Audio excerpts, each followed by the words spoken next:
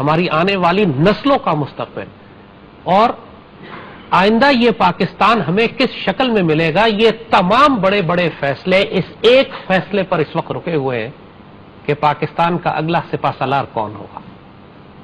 یہ ہم بہت بڑی بات آپ سے کر رہے ہیں۔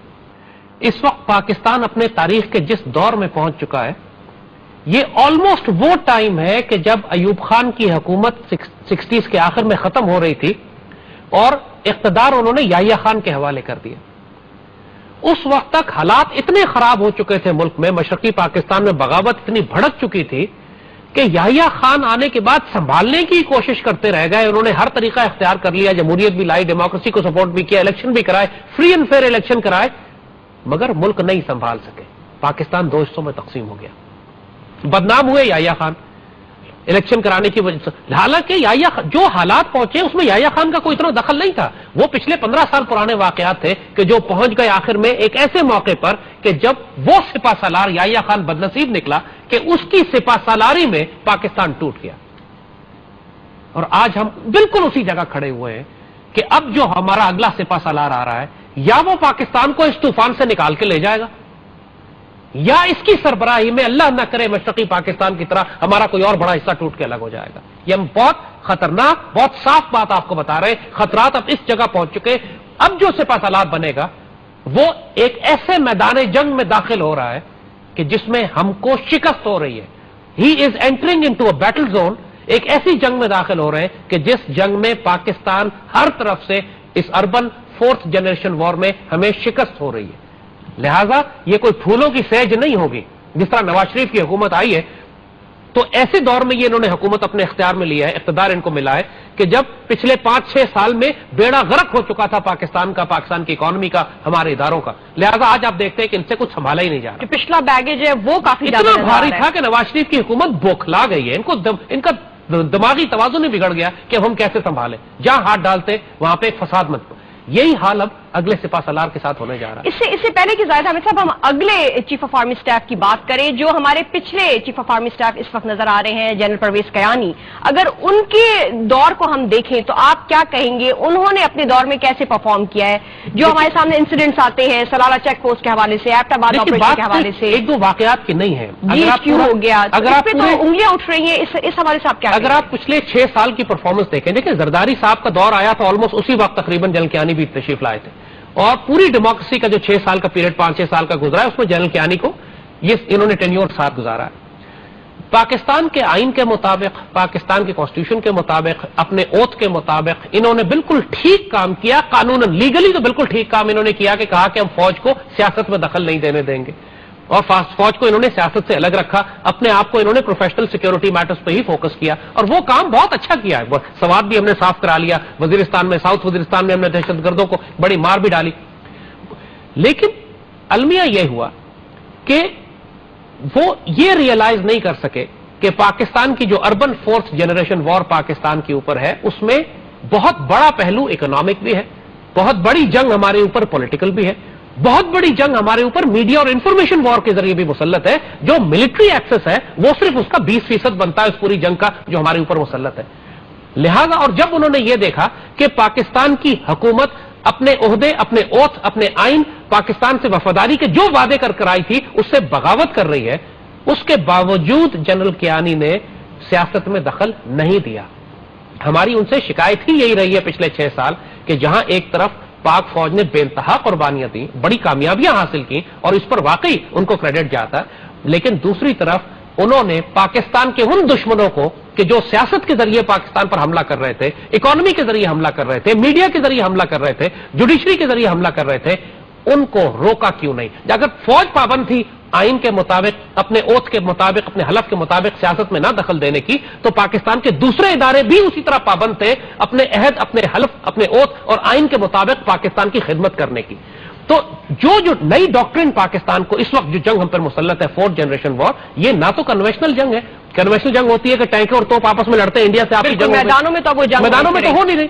تو اگر آپ یہ ریئلائز کر رہے ہیں کہ یہ جنگ ایک unconventional urban decentralized 4th generation war ہے، تو پھر فوج نے اس دوسرے ایکسس پہ رسپانس کیوں نہیں بلڈ کیا؟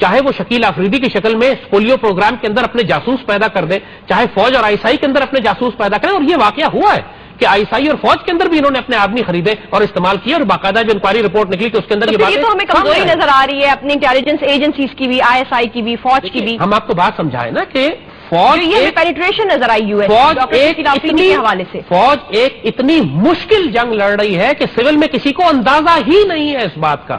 یہ فوج کی کمزوریاں تو گنا رہے ہیں لوگ، فوج کی کمزوریوں کی بات تو کرتے ہیں لیکن یہ ریئلائز نہیں کرتے کہ وہ فوج ایک امپاسبل سچویشن میں جنگ کر رہی ہے. دنیا کی کوئی اور فوج ہوتی تب تک ٹوٹ کر بکھر چکی ہوتی.